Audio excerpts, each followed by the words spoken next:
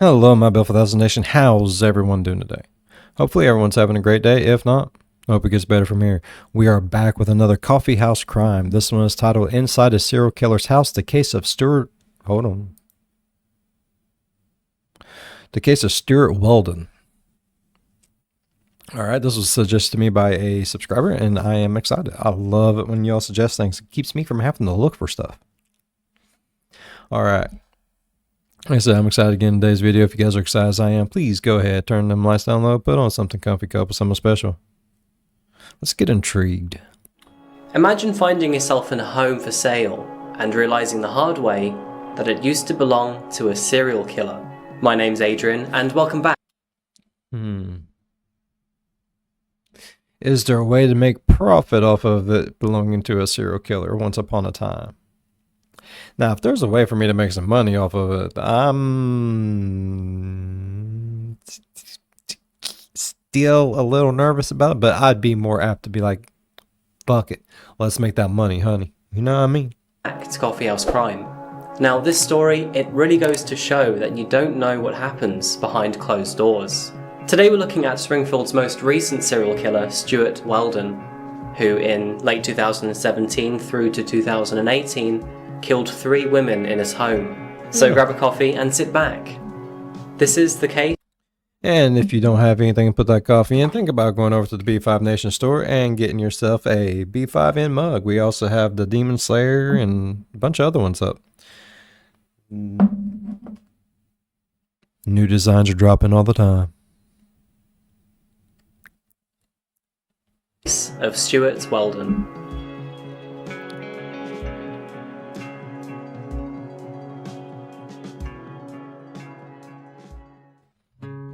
Our story starts in Springfield, Massachusetts. Okay. In January 2020, a young couple were looking for a cozy place to move into. They were a stay-at-home couple, mostly into their gaming and looking after their cats. For this reason, they needed a comfortable place to sprawl. Kitty. Somewhere where they wouldn't have to travel too far to commute into work. They'd been looking for just over a month, and they were starting to know the area well and what prices to expect. And that is when they happened to come across 1333 Page Boulevard. For its price, the house had a decent size. It wasn't very old, and it was nicely below market average compared to the other houses in the area. Good size yard. So what gives? Why is it so cheap? The couple factored in that it was by a busy road and looked fairly dated, but it did have potential. So they... I mean, you got busy road. Are you in a community of idiots? How's the school system? Is it being ran by the community of idiots? What's the crime rate? You know, typical things that somebody would think about. Oh, it's this far from whatever. It's that close to a factory, and you might smell some dookie or some shit.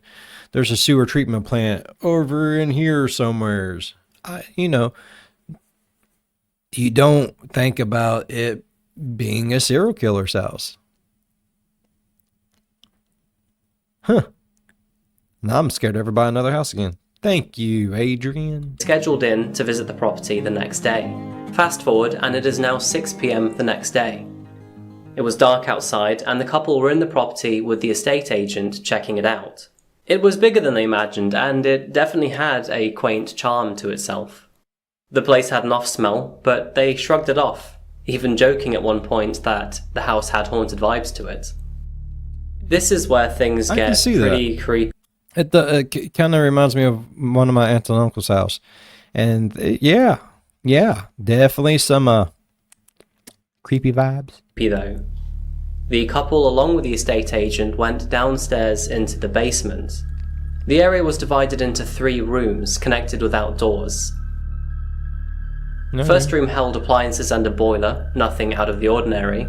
Normal. The next one, though, was dire. A concrete floor with a dilapidated shower. Unknown marks on the floors and walls. The final room was empty and bare, and the first thing they noticed when they got into this room was a lot of residual adhesive over the walls and ceiling. And it had something stuck to it. Upon closer inspection, the guy touched the sticky substance when he finally realized it used to be soundproof foam. He asked the realtor if he knew why the basement was soundproofed. Maybe the previous owner was a musician. That's when the realtor's face dropped, and he said, "Oh God, let's leave. I finally know why this place is still on the market." He ushered the two outside immediately, before explaining to them. It turns out that this house has a history. The previous owner wasn't a musician, and the soundproof foam was to mask out the sounds of his victims screaming while he raped, beat, and tortured them to death. For the previous occupant was Stewart Weldon, a very recent serial killer in the area, and the basement was where he held 3 of his victims captive, all 3 of them losing their lives there over a sustained period of time. Damn. So who is Stewart Weldon? I don't know. To answer that question, we're going to have to go back about 2 years. Okay. The date was May the 27th, 2018. It was a Sunday and police were operating routine traffic checks in the city. Checks are conducted to improve road safety in the area, and these checks include vehicle scans for orderly driving and also for broken car components. It was late in the evening and police were on duty in Catherine Street. That is when they noticed a black Nissan Altima with a broken tail light. The small violation was exactly what police were looking for, so they followed the vehicle. After a couple minutes, police flashed their lights to pull the driver over, and as the driver stopped and police got out the car, the driver put his foot on the pedal and sped away. This started a high-speed chase throughout parts of the city, and police, they were quick to get back on the man's tail.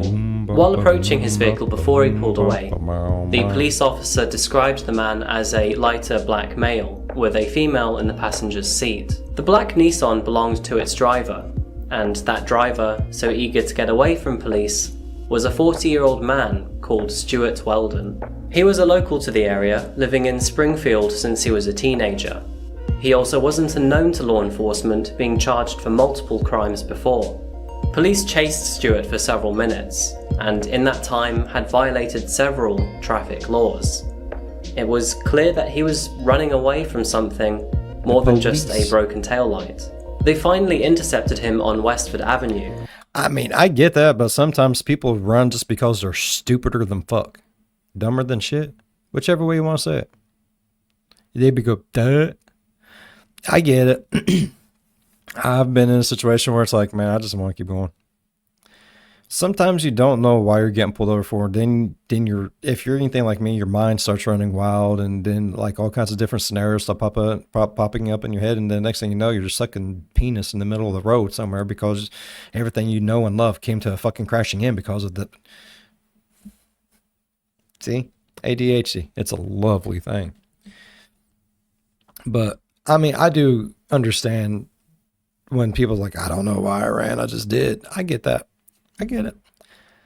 But we all know why this motherfucker ran.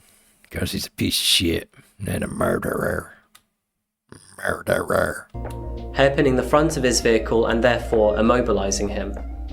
Stewart fled from his car, but officers were quick to stop him. That's good. It must not have been around here. One officer grabbing him and throwing him to the ground. With his legs and head thrashing, he pointed his finger back to the car, screaming, "She has a gun, and there's a body in the trunk." The officers detained Stewart with handcuffs, and when they got to the car, they realised there was a really good reason why he was running. You see, Stewart's passenger, she didn't have a gun at all, and there was no body in the trunk. She wasn't even there by choice, actually.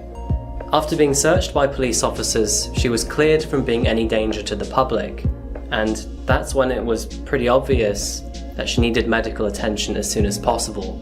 She cried out loud and thanked police for saving her life, claiming that Stewart had been holding her captive at his home for over a month and would not let her go. Whoa. She was routinely sexually assaulted. She described how he often beat her with a hammer or any other object that he could find. Dude's a piece of shit. She had suffered multiple stab wounds to the abdomen, a fractured jaw, large scrapes across her body, bruises, a leg infection, and marks from being hit with a blunt object. That's horrible. Officers recovered a large knife in his hoodie and a second in his back pocket.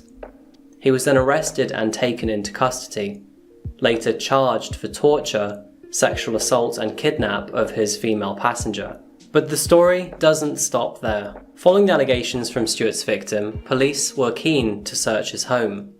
And at around the same time, Stewart's mother, who formerly owned the property, reported a foul smell coming from the home. This alerted officers and led them to 1333 Page Boulevard. And we begin, unfortunately, with a very disturbing story from Massachusetts. It's a kidnapping case that threatens to get so much worse after 3 bodies were found in a Massachusetts home. Police searched the property in Springfield throughout the night. They say that this is the last known address of Stewart Weldon. When officers arrived, they too smelled the foul odour coming from inside. And between the night of May the 30th, 2018 and the following day, police officers would find 3 bodies in the home. The first in the garage, the second in the shed, and the third in the basement. 2 of the victims were found with their hands and feet bound with electrical cords and other cables. Officers also found sticks wrapped with wire, which were believed to have been used to beat them.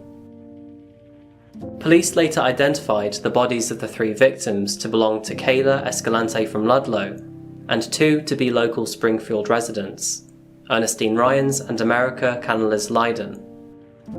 Autopsy reports discovered that they were not victims of stabbings or bullet wounds, but instead were severely beaten to death in the property. Just brutality. Family members of America Canales Lyden reported her missing on December the 1st, 2017. She was a mother of 2 who loved to read and had an interest in urban fiction and mystery.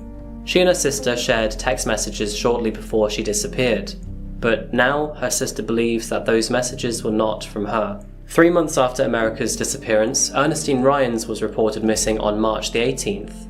She was a mother and a grandmother and only just moved to Springfield.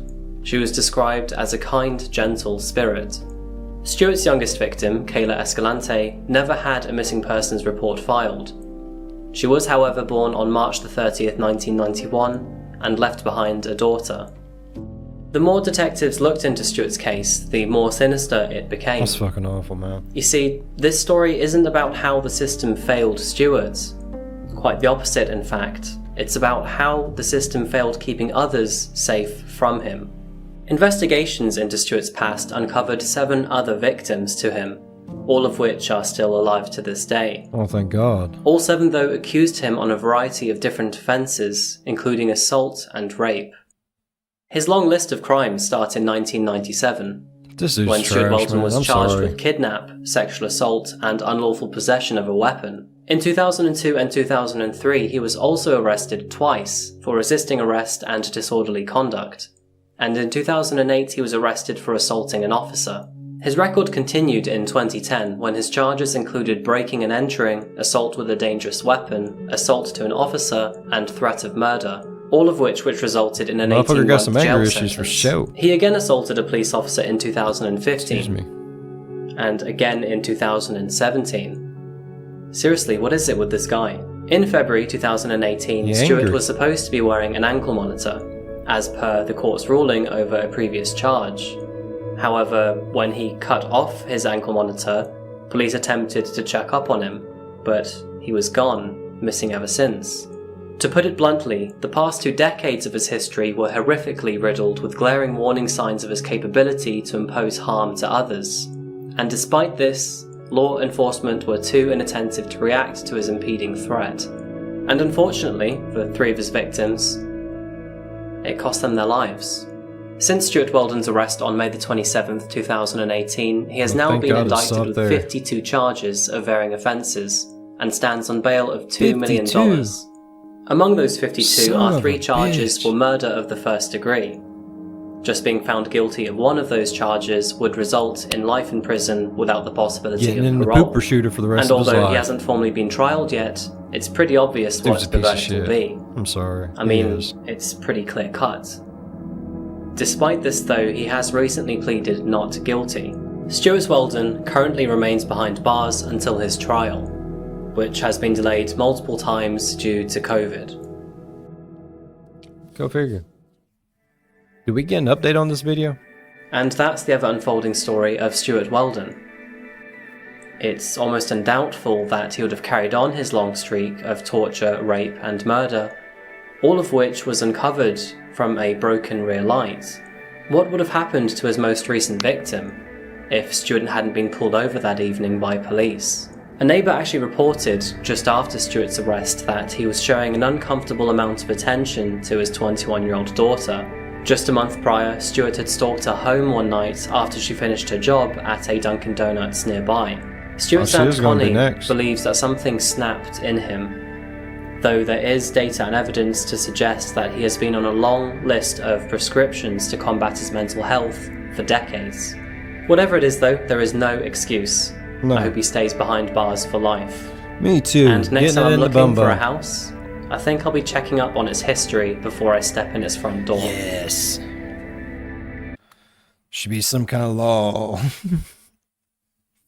If a serial killer is there, you burn it down and rebuild it. You know, that should be a thing. It just should be a thing. All right. I mean, I really enjoyed that story. Like, I enjoy. That was awful, y'all. Like, shit.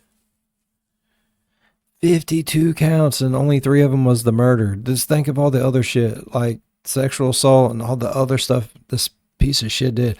I hope and pray that the whole time he's in there, there's someone out there with a peen the size of my leg, just not even spitting on it. You know what I mean? Just